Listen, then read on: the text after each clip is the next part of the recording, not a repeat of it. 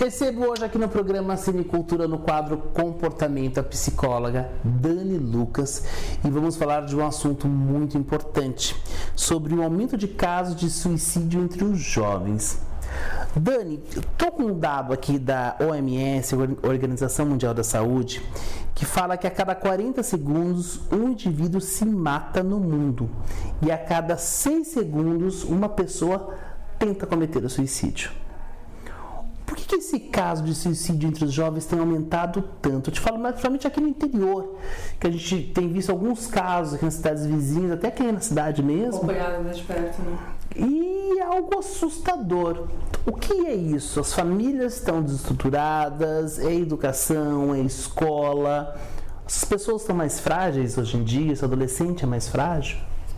Bom, o primeiro dado que eu consigo apontar, né, para essa questão do suicídio é o bullying. O bullying é um fator muito importante. Entre os suicídios de jovens, o bullying e logo depois o uso de drogas, aí entra abuso psicológico, abuso físico, abuso sexual.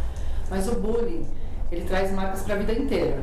Então, a criança chega na escola e é bullying com o corpo, é bullying com a roupa, é com a cor, é com o cabelo, com o jeito de falar. Isso afeta de várias formas, desde o desenvolvimento escolar, a forma de aprendizagem. Uma criança que sofre bullying, ela não vai fazer pergunta durante a aula, por exemplo. Ela vai fazer de tudo para não ser vista. E nada é de graça, não tem coisa que não tem consequência. Então, é muito fácil de uma criança que sofre bullying crescer com traumas, né? Ela pode desenvolver ansiedade, depressão, síndrome do pânico, até o transtorno borderline. Então, vários transtornos podem ser desenvolvidos por causa do bullying. E óbvio, né, entre esse caso que você falou, essa questão da desestrutura das famílias, né, a gente tem muita criança e adolescente criado por avós e não pelos pais. Isso é negativo? Não é negativo, a presença da avó é boa, mas a avó tem que ser avó, não mãe. Né? Então entendi. A avó ela acaba sendo mais permissiva ou mais brava, não tem um meio termo. Entendi. Aquela avó que castra muito ou aquela avó que permite tudo. Então, às vezes o adolescente começa a usar droga, começa a se relacionar sexualmente, a avó não percebe, são 2 gerações anteriores, né? Mas o bullying é algo que existe há anos, sempre. O adulto de hoje sofreu bullying. O que mais escuto? Eu passava por bullying na escola e hoje eu tô bem, não aconteceu nada disso. A impressão que o nosso adolescente é mais frágil, de alguma forma mais sensível, medroso. Não, a pessoa que sofreu bullying, aconteceu alguma coisa com ela sim, né?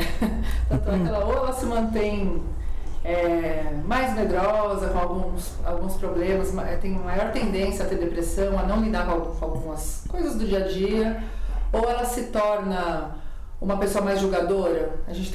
Infelizmente a gente acaba reproduzindo muita coisa que a gente passou, né? Então tem muito adolescente, jovem que sofreu bullying e hoje é preconceituoso, é racista, é machista, então de certa forma sempre afeta.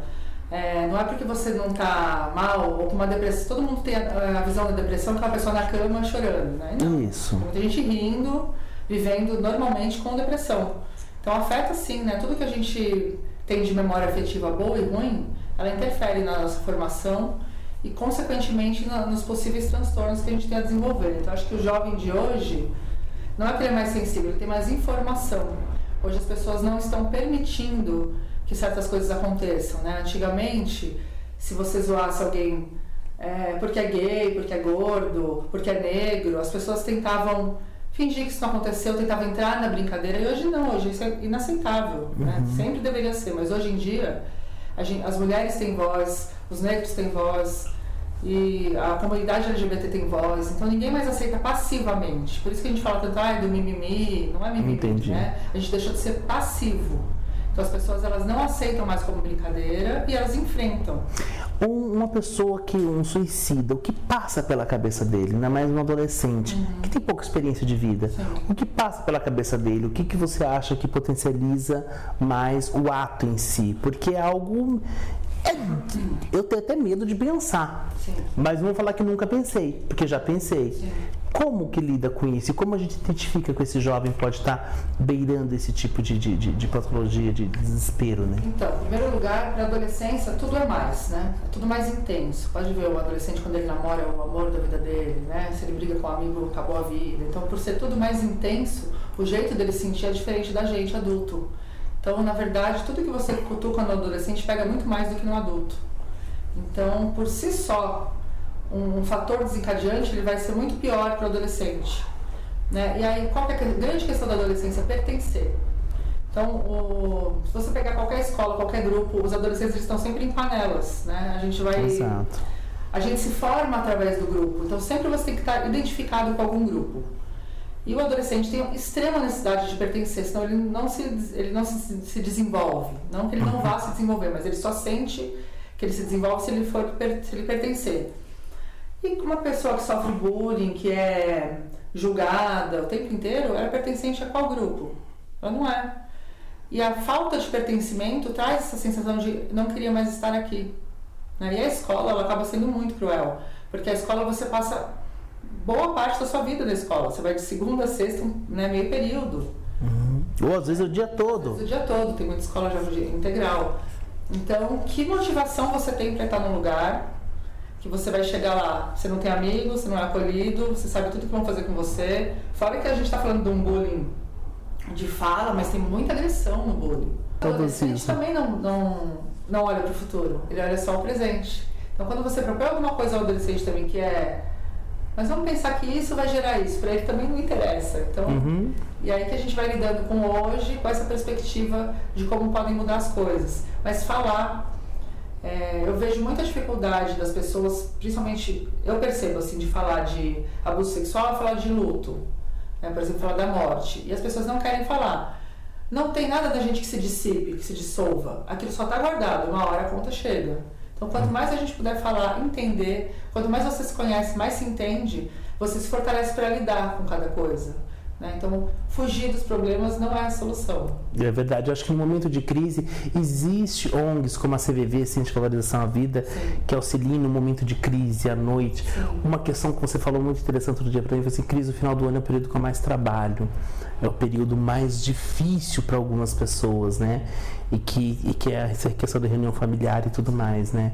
Isso é um fato, né? Sim. Isso é uma realidade em cima disso. E esses serviços, por exemplo, imagina mesmo se a gente for falar de data, do Natal, Ano Novo, uma pessoa dessa não tem ninguém. E ela está num momento muito triste, ela tem um impulso. Se ela puder só falar com alguém, ela já se segura. Né? Às vezes a gente só precisa falar. A terapia ela também funciona assim. Você vai falar, você vai ter um feedback, mas tem dias que você só precisa falar. Né? E um bom ouvido.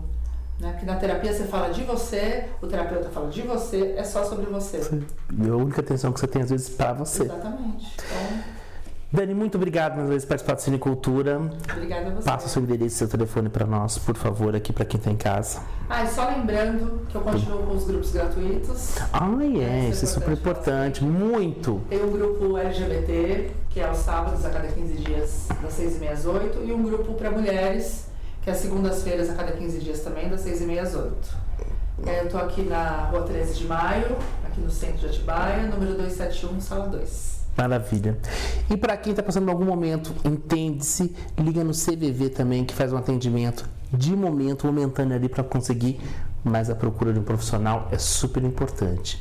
A gente precisa de ajuda e não enxerga isso, não é, Dani? Tem que procurar. Obrigado.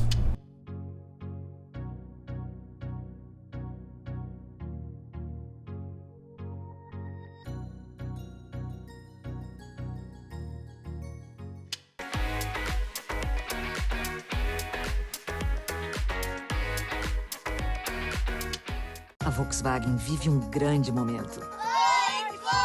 Bem-vindo ao Manual Cognitivo. Novos modelos, alta performance, segurança máxima e tecnologia como nunca. E para acompanhar este grande momento, uma oferta que você nunca viu. Só neste mês, toda a linha Volkswagen com entrada e mais 1 ano sem pagar nenhuma parcela. Isso mesmo, você de Volkswagen Zero com 1 ano sem pagar nenhuma parcela. Venha e faça um test drive. Fazer parte da nova Volkswagen vale.